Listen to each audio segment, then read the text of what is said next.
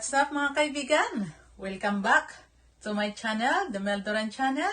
So, good morning, good afternoon, good evening sa ating lahat. Saan man ang sulok ng mundo, saan man tayo naroroon, magandang umaga po sa ating lahat. Sana nasa mabuting kalagayan at magandang kalusugan, of course. So, for today's video mga kaibigan, mayroon na po tayong panibagong recipe na natutunan ko at isi-show ko rin sa inyo, isi-share ko rin sa inyo kung paano magluto ng pork bupes. So what's up? But before we'll go on that, mga kaibigan, please don't forget to like, subscribe, and hit the button bell para ma-updated kayo lagi sa aking mga ina-upload na videos. Okay, tara, let's go! Ayan mga kaibigan, ang ating bupis for today.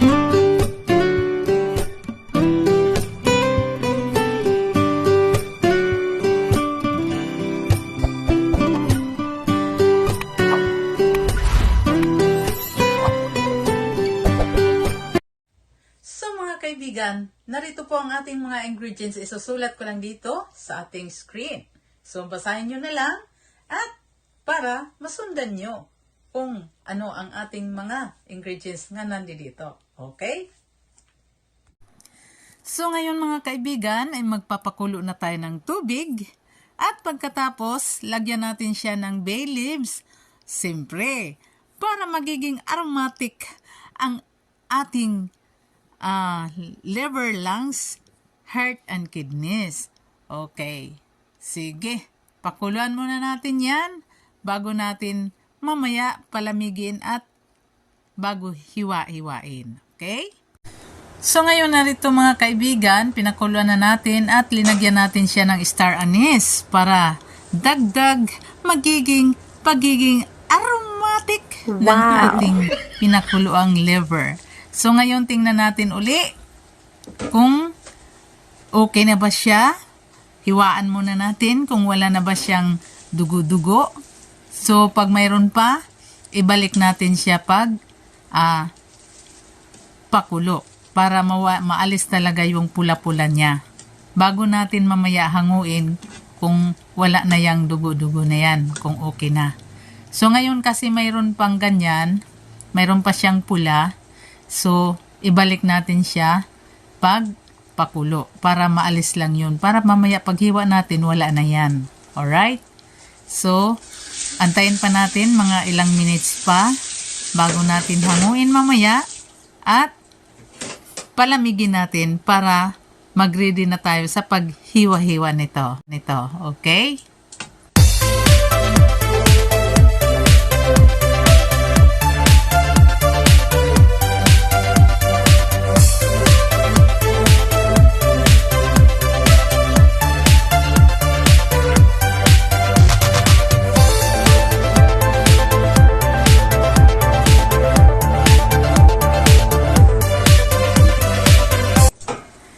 So ngayon mga kaibigan ay takpan muna natin muli para mapakuluan pa natin dagdag kasi medyo may pula pa siya. So mamaya pag okay na ay pwede na natin hanguin at palamigin na natin para mag-start na tayong maghiwa nito. Okay? So ngayon mga kaibigan, mag-start na tayong maghiwa kasi malamig na yung napalamig na natin ang ating pinakuluang lamang loob ng baboy. Okay? So, start na tayo. Ito muna ang unahin nating hiwain bago yung ating mga ingredients.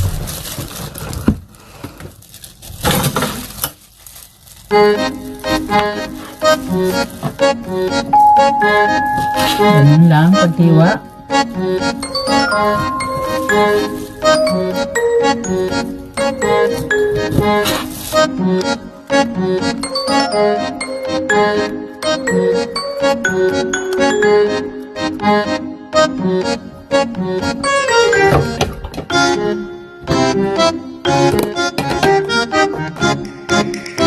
So, unahin muna natin ang ating bawang.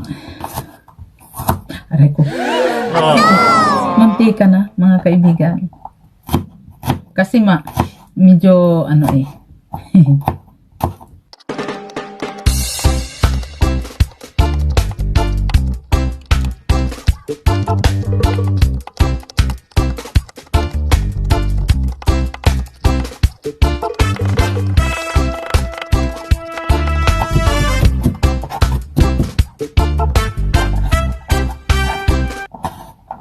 So, ito na ating bawang mga kaibigan. So, ngayon pupunta naman tayo sa ating sibuyas. So, ngayon mga kaibigan, ang ating sibuyas. So, at isusunod na rin natin ang ating luya. Kasi ang luya talaga mga kaibigan ay napaka-importante sa ating gagawing bopis. Para ito ay nagpapaalis ng langsa ng ating lamang loob ng baboy. O, di ba? So, samahan niyo ako mga kaibigan. Maghiwa na tayo. Tuloy lang tayo sa ating mga gawin.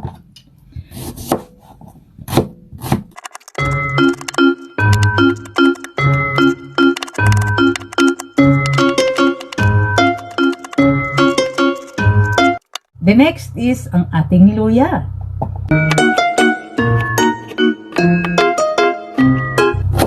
Dahan-dahan lang tayo mga kaibigan sa paghiwa. Baka masali ang ating kamay. Naku po. And of course mga kaibigan, mayroon tayong carrots kasi pwede namang wala. Pero ako maglalagay ako para magkaroon ng dagdag kulay ang ating nilulutong bopis. Okay, so maghiwa tayo ng ating carrots now.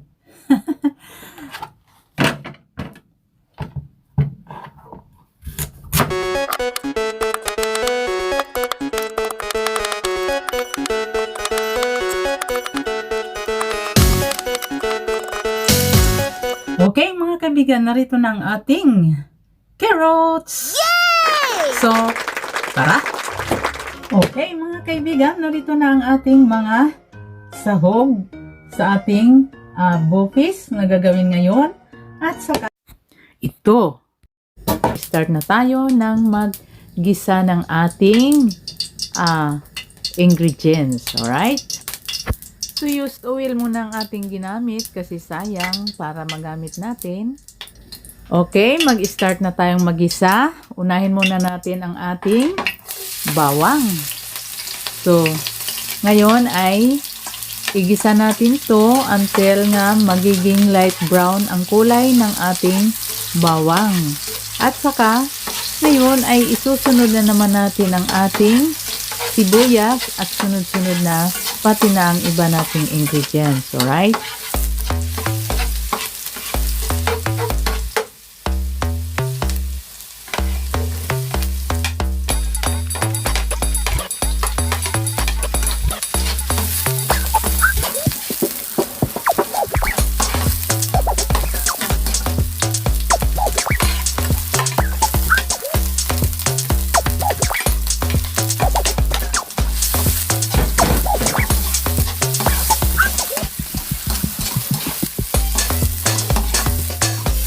Wow, ang bango naman ng niluto ko. Yan, ganyan mga kaibigan. Palabasin muna natin ang aroma ng ating mga sahog bago next na natin ang ating lamang loob ng baboy. Okay. So, ito na mga kaibigan. Isusunod na natin.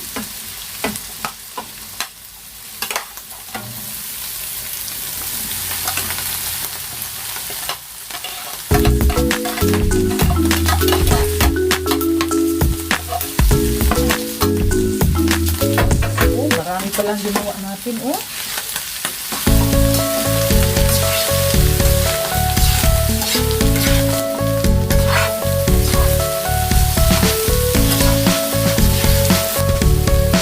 Ayan, mga kaibigan, i-mix natin ng maigi.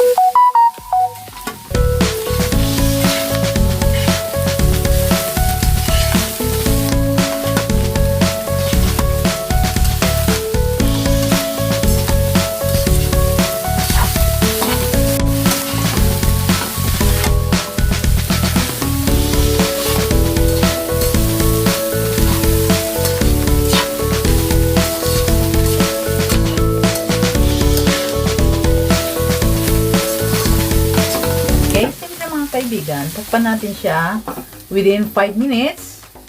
Then, after 5 minutes, buksan natin at ilagay na natin ang ating iba pang ingredients para ma-absorb yung aroma ng ating ingredients. Okay?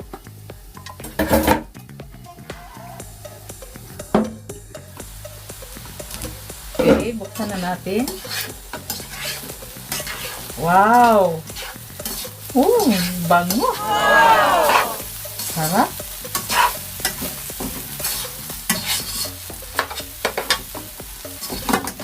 So, spread natin ng black pepper or powdered pepper.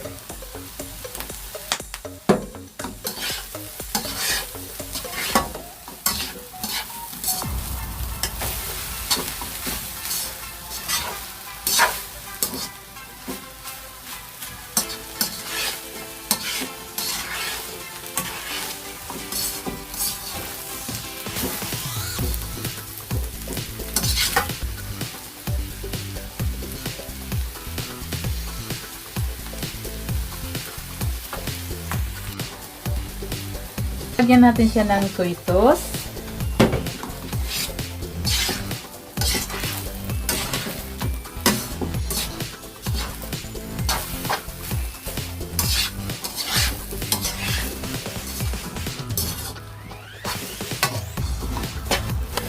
And then, lagyan natin siya ng patis.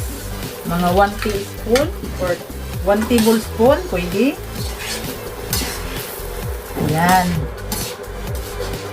Or seasoning lang yan mga kaibigan.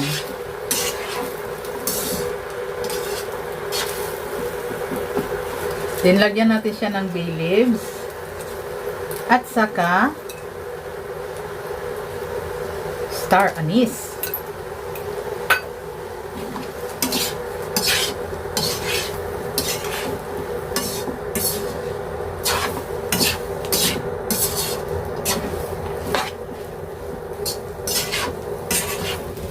Then, lagyan natin siya ng kunting suka. Ayan. Pagkatapos, ay atin mo nang siyang takpan. After 5 minutes, buksan uli natin para sabuan na natin ng tubig. At pagkatapos, lagyan na rin natin siya ng annatto powder. Para lalong kumulay ang ating niluluto.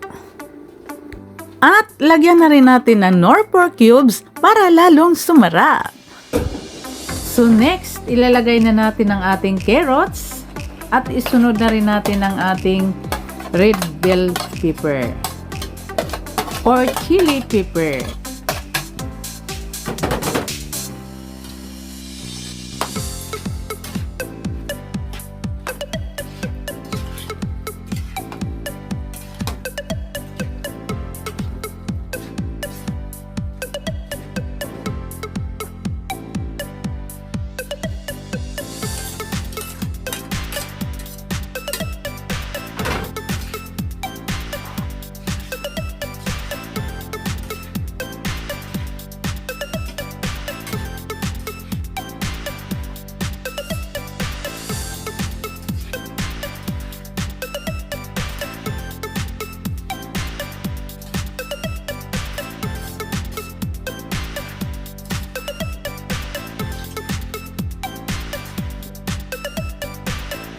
So ngayon ay atin muna siyang tatakpan and after 5 minutes, pwede na natin buksan uli at titikman na natin kung sakto na ba ang lasa niya. So what's up guys? Buksan na natin ang ating nilutong bupis. Wow! Sarap! So, ito na ang ating bupis.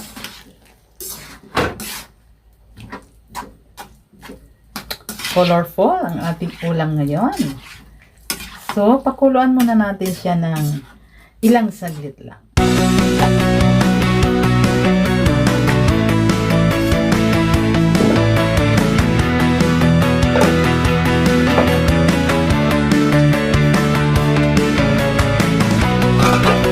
Wow! So, ready na ang ating bupis at pwede na nating iserve to. Yay! Yan, mga kaibigan, sarap. So, lagyan natin siya ng garnish na 3 peraso. At syempre, ang ating sili para maganda tingnan ang ating bupis of the day. Wow! Ayan. Ayan mga kaibigan, ang ating bupis for today. Wow, sarap! So, mga kaibigan, ready to serve ng ating bupis. Pork bupis, okay? So, thank you for watching mga kaibigan. Kita-kits tayo for the next video at marami pa kayong makikita na masasarap na ulam. Simple lang, pero masarap. Okay? Okay, thank you so much mga kaibigan. Thank you so much for watching and don't forget to like always. Subscribe and hit the button bell para ma-updated kayo mga kaibigan lagi sa aking mga ina-upload na videos. And kita-kits na lang tayong muli for the next video dito lang sa Mel Duran Channel. Okay? Thank you so much. Thank you so much and God bless everyone. And I'm psychotic, but then you like it like that.